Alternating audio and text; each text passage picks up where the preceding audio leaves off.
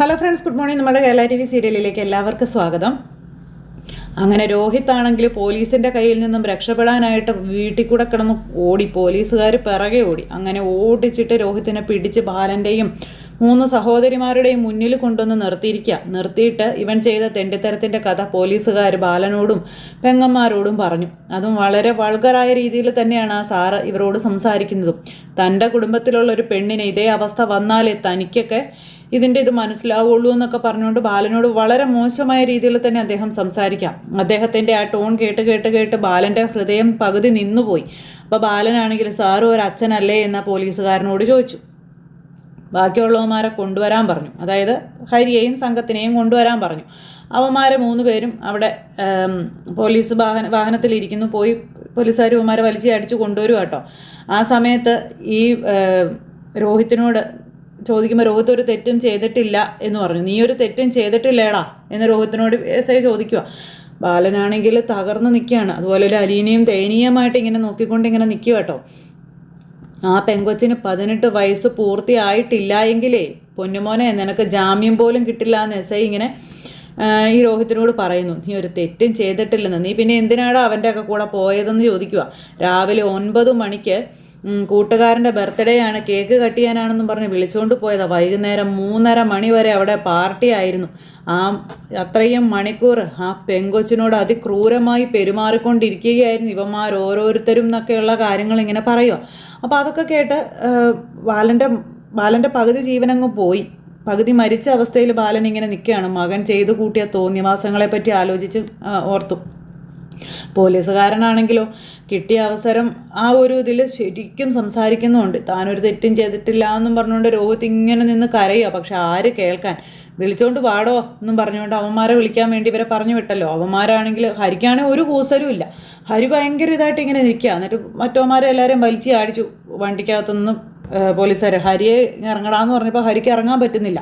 ഹരി അന്നേരം ദാഷ്ട്യം കാണിച്ച് അവിടെ ഇരിക്കുക. അവൻ അനങ്ങുന്ന പോലും ഇല്ല കേട്ടോ. ഇങ്ങനെ ഇറങ്ങടാ ഇങ്ങോട്ടെന്ന് പറയുമ്പം എങ്ങോട്ടാന്ന് ചോദിച്ചു. ഇതെല്ലാം തന്നെ ഞാൻ ബോധിപ്പിക്കാടാ ഇങ്ങനെ ഇറങ്ങടാന്ന് പറഞ്ഞ് ഇവനെ വലിച്ച് ചാടിച്ചു പോലീസ് ആ ഒരു വാനിൽ നിന്ന് നമ്മുടെ പോലീസുകാർ. ഇവനെ അങ്ങ് പുറത്തേക്ക് അങ്ങ് നിർത്തിയിട്ട് എന്നിട്ട് ഇവന്മാരെ 3 പേരെയും കൂടെ കയറി ഇവന്മാരെയും കൊണ്ട് പോലീസുകാർ കയറി ചെന്ന് കഴിഞ്ഞപ്പോൾ ഇവന്മാരെ കണ്ട് നമ്മുടെ ബാലനും അലീനയും അതുപോലെ ഒരു കൃഷ്ണയൊക്കെ ഞെട്ടി ഇങ്ങനെ നിൽക്കുക കേട്ടോ. ഇവന്മാരാണ് ബാക്കി കൂട്ടുപ്രതികളെന്ന് പറയുമ്പോഴത്തേക്കും ബാലൻ്റെ നാവ് വരെ ഇറങ്ങിപ്പോയി. ഇങ്ങനെ നോക്കിക്കൊണ്ട് ഇങ്ങനെ നിൽക്കുവാണ്. എന്നിട്ട് ഇന്നലെ രാത്രി ഈ രോഹിത് പറഞ്ഞ കാര്യങ്ങളെപ്പറ്റി ഇങ്ങനെ ആലോചിക്കുക ബാലൻ അവിടെ നിന്ന്. അപ്പോൾ പോലീസുകാർ എസ് ഐ ഇങ്ങനെ ഇവരെ നോക്കിയപ്പോൾ ഹരി ഇങ്ങനെ ഭയങ്കര കലിപ്പോടുകൂടി തന്നെ അവിടെ ഇങ്ങനെ നിൽക്കുമ്പോൾ അവനിങ്ങ് നിർത്താൻ പറഞ്ഞിട്ട് അവൻ്റെ കുത്തിന് പിടിച്ചവനിങ്ങനെ വലിച്ചിങ്ങ് നിർത്തി. ഇവനുണ്ടല്ലോ, ഇവനാണ് മുഖ്യ സൂത്രധാരൻ, കള്ള കാമുകൻ. ഇതിനകത്തുള്ള സകല മാസ്റ്റർ പ്ലാനും ഇവൻ്റേതാണെന്നും പറഞ്ഞുകൊണ്ട് ഇങ്ങനെ പറഞ്ഞ് ഈ ഹരി ചെയ്ത ഓരോ തെണ്ടിത്തരങ്ങളും എസ് ഐ അവിടെ നിന്ന് വളരെ വിശദമായി പറയുവാണ്. കൂട്ടുകാരൻ്റെ മാസ്റ്റർ പ്ലാനിന് നിന്ന് കൊടുത്തു ഇവന്മാരെല്ലാവരും കൂടിയെന്നും പറഞ്ഞു. ഇവന്മാർ 4 പേരുമാണ് ആ ഇച്ചിരി ഇല്ലാത്ത പെങ്കൊച്ചിനോട് അത്രയും ക്രൂരതകൾ കാണിച്ചതെന്നൊക്കെ പറഞ്ഞ് എസ് ഐ സാർ ഇങ്ങനെ പറയുക. നേരം നമ്മളെ ബാലൻ ഹരിയെ ഇങ്ങനെ നോക്കി.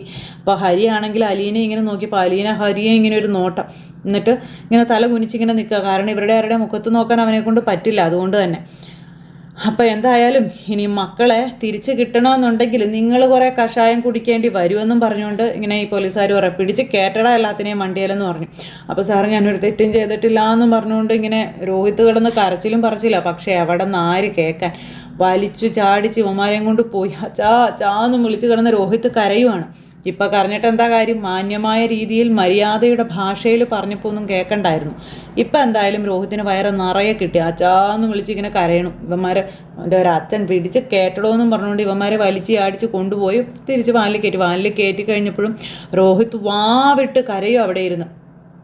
സഹിക്കാൻ പറ്റുന്നില്ല. ഒരു മാനസിക രോഗി എന്നുള്ള രീതിയിലായിപ്പോയി രോഹിത്. ഭയങ്കര കരച്ചിൽ വണ്ടിയിലിരുന്നു. ഹരി അന്നേരം ഒരു കൂസലും ഇല്ലാതെ ഇങ്ങനെ ഇരിക്കും കേട്ടോ. ഒരു പ്രശ്നവും ഇല്ല ഹരിക്ക്. മറ്റോമാർക്കും ടെൻഷനുണ്ട്. രോഹിത് ആണെങ്കിൽ നിന്ന് ഭയങ്കര കരച്ചിലും. ഇവനാണെങ്കിൽ ഒരു കൂസലും ഇല്ലാത്തതുപോലെ. ഇനി 10 പോലീസ് കൂടുതൽ വന്നാലും തനിക്കൊരു പുല്ലും ഇല്ലെന്നുള്ള രീതിയിലാണ് ഹരി അവിടെ ഇരിക്കുന്നത്. അങ്ങനെ പോലീസുകാർ കൊണ്ടുവന്ന് വണ്ടിയിൽ കയറ്റി വണ്ടി അങ്ങ് പോകുമ്പോഴേക്കും അലീന ഓടി അങ്ങോട്ടേക്ക് വന്നു. അലീനയും പെൺമക്കളും കൂടി ഓടി ഈ വണ്ടി പോകുന്നത് നോക്കി അങ്ങോട്ടേക്ക് വരും. അപ്പോഴത്തേക്കും നമ്മുടെ ബാലൻ്റെ അവിടെ ഹൃദയം നിന്നു പോയി. ബാലൻ അടുത്ത അറ്റാക്കിനുള്ള എല്ലാ പരിപാടിയായി. അപ്പോഴേക്കും ബാലൻ്റെ അവിടെ കുഴഞ്ഞു വീണു. മോളേന്നും പറഞ്ഞിങ്ങനെ പതുക്കെ വിളിച്ചപ്പോഴത്തേക്ക് അലീന ഇത് കണ്ടു. അലീന ഓടിച്ചെന്ന് അച്ചാന്നും വിളിച്ചിങ്ങനെ താങ്ങി പിടിക്കുക. ആ സമയത്ത് ബബിതയും കൃഷ്ണയും ഓടിച്ചെന്ന്, ബബിതയ്ക്ക് പിന്നെ പ്രത്യേകിച്ച് ഫീലിങ്സ് ഒന്നുമില്ല, കൃഷ്ണയെ ഓടിച്ചെന്ന് അച്ഛനെ ഇങ്ങനെ പിടിച്ചു. അപ്പോഴേക്കും അലീനയ്ക്ക് പെട്ടെന്ന് എന്ത് ചെയ്യണമെന്ന് അറിയില്ല. വേഗം വെള്ളം കൊടുക്കുന്നു, അച്ഛനെ താങ്ങിയിരുത്തുന്നു, എന്തൊക്കെയോ ഒരു സിറ്റുവേഷനിലൂടെ ഇവർ കടന്നു. വേഗം തന്നെ അലീനയുടെ മെമ്മറിയിലേക്ക് അച്ഛൻ്റെ മരുന്നിൻ്റെ കാര്യം ഓർമ്മ വന്നു. ഓടി മുറിയിലേക്ക് കയറിപ്പോയ പോക്കിന് അലീനയാണെങ്കിൽ ആ സ്റ്റെയറിൽ ഉരുണ്ട് പടച്ച് വീഴുന്നു. അവിടുന്ന് എങ്ങനെയൊക്കെയോ എഴുന്നേറ്റ് ഓടി നേരെ അച്ഛൻ്റെ മുറിയിൽ ചെന്നു. മരുന്നുകൾ ഇരിക്കുന്ന ആ ഡപ്പയൊക്കെ എടുത്ത് ഇങ്ങോട്ട് ഇട്ടു. അപ്പോൾ അതിൽ ഏത് മരുന്നാണെന്നുള്ളത് പെട്ടെന്ന് വെപ്രാളത്തില്ലേ, ടെൻഷൻ കയറിയപ്പോൾ ഏതാണെന്ന് പോലും ആ ഒരു മനസ്സിലാകാത്തൊരവസ്ഥ. പിന്നെ എല്ലാം വലിച്ചു വാരിയിട്ട് തപ്പിപ്പറക്കി അതിൽ നിന്നൊരു മരുന്നെടുത്തു. ഒരു മരുന്നെടുത്തിട്ട് ഇതാണോ എന്ന് തലകും വിലങ്ങുമൊക്കെ നോക്കി. അപ്പോൾ അത് തന്നെയാണ്. അതുകൊണ്ട് നേരെ എടുത്ത് താഴേക്ക് ഓടും. അപ്പോഴും വീഴാനൊക്കെ പോകണ്ട, ഒരു തരത്തിൽ എങ്ങനെയൊക്കെ ഉരുണ്ട് പിടച്ച് താഴെ എത്തി. പെട്ടെന്ന് വെള്ളമൊക്കെ എടുത്ത് അച്ഛൻ്റെ വായിൽ മരുന്ന് വെച്ച് കൊടുത്ത് വെള്ളമൊക്കെ കുടിപ്പിച്ച് അപ്പോഴേക്കും ബാലൻ പകുതി അങ്ങനെ തളർന്ന് കുഴഞ്ഞ് വീണ് കഴിഞ്ഞു. ബാലൻ അനങ്ങാൻ പോലും പറ്റാത്തൊരവസ്ഥ. അങ്ങനെ ആ ഒരു മാനസികാവസ്ഥയിൽ ഭയങ്കര ഭയാനകമായ ഒരു അവസ്ഥയിലൂടെ അവർ കടന്നു പോവുക. പെട്ടെന്ന് തന്നെ അലീന ആംബുലൻസ് വിളിച്ചു കേട്ടോ. പെട്ടെന്ന് എല്ലാം അലീനയുടെ ആ ഒരു മിടുക്കുകൊണ്ടാണ് സെക്കൻഡ് വെച്ച് കാര്യങ്ങൾ നടക്കുന്നത്. അല്ലെന്നുണ്ടെങ്കിൽ ബാലൻ ഇന്നത്തോടു കൂടി അവസാനിച്ചേനെ. ഇതൊക്കെ കണ്ടിട്ടും ഭയങ്കര എന്തോ വലിയ സംഭവമാണ് താനെന്നുള്ള രീതിയിലാണ് ബബിതയുടെ അവിടുത്തെ നിപ്പും മട്ടും മാതിരിയൊക്കെ. ഒന്നിനിട്ട് കൊള്ളത്തുമില്ല, ആരെ കൊണ്ടൊന്നും ചെയ്യിക്കത്തുമില്ല, ചെയ്യുന്നവരിട്ട് വിലയുമില്ല എന്നുള്ള ഒരവസ്ഥ. വേഗം തന്നെ പിന്നെ ആംബുലൻസ് വന്നു പെട്ടെന്ന് തന്നെ ബാലനെ അതിലേക്ക് കയറ്റി. പെട്ടെന്ന് ബാലൻ എന്നിട്ട് ആംബുലൻസിൽ കയറ്റി ഇവരും ഹോസ്പിറ്റലിലേക്ക് പോവുക. അപ്പോഴേക്കും ഇവിടെ കിടന്ന് ഭയങ്കര കരച്ചിലും ബഹളവും ഒക്കെ കൃഷ്ണ. കാരണം അച്ഛൻ എന്താ സംഭവിക്കുന്നതെന്ന് അറിയില്ലല്ലോ. അങ്ങനെ ഭയങ്കര ഒരു അവസ്ഥയിലൂടെ കടന്നു പോവുകയാണ്. പിന്നെ ഭയങ്കര അതും കുറച്ച് നേരം വൈകിയായിരുന്നു. പെട്ടെന്ന് തന്നെ ഇവർ ഹോസ്പിറ്റലിൽ എത്തിച്ചു.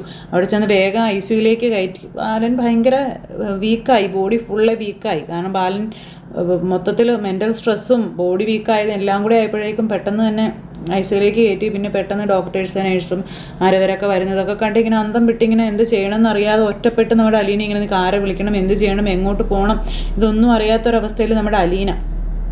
ഇതേ സമയത്ത് മറ്റവന്മാരെല്ലാവരെയും കൂടെ കൊണ്ടുപോയി പോലീസ് സ്റ്റേഷനിൽ കൊണ്ടുപോയി നിർത്തിയിരിക്കുക. രോഹിത് അന്നേരവും പറയുന്നുണ്ട് ഞാനൊരു തെറ്റും ചെയ്തിട്ടില്ലെന്ന്. പക്ഷെ പോലീസുകാർ അത് കേൾക്കുന്നില്ല. 4 പേര് കൂടി എന്നുള്ളതിൽ 4 പേര് തന്നെ ഉണ്ട്.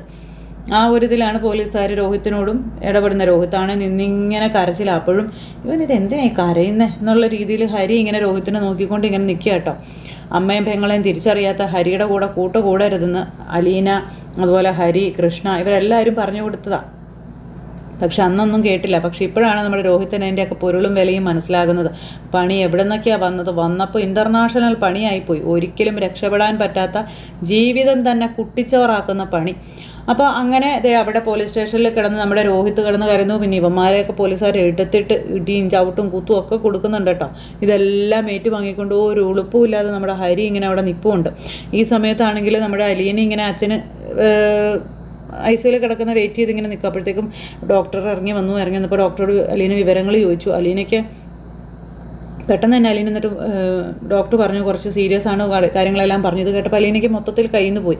അലീനയ്ക്ക് പിന്നെ എന്ത് ചെയ്യണമെന്ന് അറിയില്ല. പെട്ടെന്ന് തന്നെ അലീന മനുവിനെ വിളിക്കാനാണ് തോന്നിയത്. വേഗം തന്നെ അലീന മനുവിനെ വിളിച്ചിട്ട് വിവരങ്ങളൊക്കെ, അപ്പോൾ അച്ഛൻ ഇങ്ങനെ ഹോസ്പിറ്റലിലാണെന്നുള്ള കാര്യങ്ങളൊക്കെ പറഞ്ഞു. അപ്പോൾ എന്താ കാര്യം, പെട്ടെന്ന് അങ്കിളിന് ഇങ്ങനെ വരാൻ എന്താണെന്നൊക്കെ മനു ചോദിക്കുമ്പോൾ ഇത് പറയണമല്ലോ, പറഞ്ഞാതിരുന്നിട്ട് കാര്യമൊന്നുമില്ലല്ലോ. അലീന എന്നിട്ട് മനുവിനോട് വിവരങ്ങളെല്ലാം പറയും. ഇത് കേട്ടു മനു അന്തം വിട്ടു പോയിട്ടോ. മനു നീ എന്താ അലീന ഈ പറയുന്നതെന്ന് ചോദിച്ചു. സത്യം മനുവേട്ടാ, ഞാൻ പറഞ്ഞത് സത്യമാണെന്നും പറഞ്ഞുകൊണ്ട് അലീന ഇങ്ങനെ മനുവിനോട് പറയും. അപ്പോൾ ഇതൊക്കെ കേട്ട് മനുവിന് വാക്കുകൾ പോലും കിട്ടുന്നില്ല പറയാനായിട്ട്. ഞാൻ പെട്ടെന്ന് വരാമെന്നും പറഞ്ഞുകൊണ്ട് മനു ഫോണും അങ്ങ് കട്ട് ചെയ്തു. അലീനയാണെങ്കിൽ അവിടെ നിന്ന് ചങ്ക് പൊട്ടി കരയാം. ഇതൊന്നും അറിയാതെ ബാലനെയും വെല്ലുവിളിച്ച്, ബാലൻ്റെ കുടുംബത്തെയും വെല്ലുവിളിച്ച്, തൻ്റെ മക്കളെയും കൊണ്ട് എങ്ങോട്ടൊക്കെ പോകുമെന്നുള്ള അഹങ്കാരവും ധാഷ്ട്യവും പിടിച്ച് വൈജയകത്ത് കിടപ്പുണ്ട്. ഇനി വൈജ ഈ വിവരം അറിഞ്ഞു കഴിയുമ്പോൾ ഏത് രീതിയിലാണ് വൈജയന്തി പ്രതികരിക്കുക എന്നുള്ളത് കാത്തിരുന്ന് കാണണം. ഇനിയിപ്പോൾ അങ്ങോട്ട് രോഹിത്തിൻ്റെ അവസ്ഥ എന്താകുമെന്നുള്ളത് കാത്തിരുന്ന് കാണേണ്ട വിഷയമാണ് കേട്ടോ. അപ്പോൾ എല്ലാവരും കാത്തിരുന്ന് കാണണേ. എല്ലാവർക്കും നല്ലൊരു ദിവസം ആശംസിക്കുന്നു. എല്ലാവരും തരുന്ന സപ്പോർട്ടിനും സ്നേഹത്തിനും ഒത്തിരി നന്ദി ഹൃദയത്തിൻ്റെ ഭാഷയിൽ അറിയിക്കുകയാണ്. അടുത്ത സൂപ്പർ ഹിറ്റ് കഥയുമായി കാണുന്നത് വരെ എല്ലാവർക്കും നന്ദി. അതോടൊപ്പം നമ്മുടെ ചാനൽ ആദ്യമായിട്ട് കാണുന്നവരുണ്ടെങ്കിൽ ഒന്ന് സബ്സ്ക്രൈബ് ചെയ്യണേ.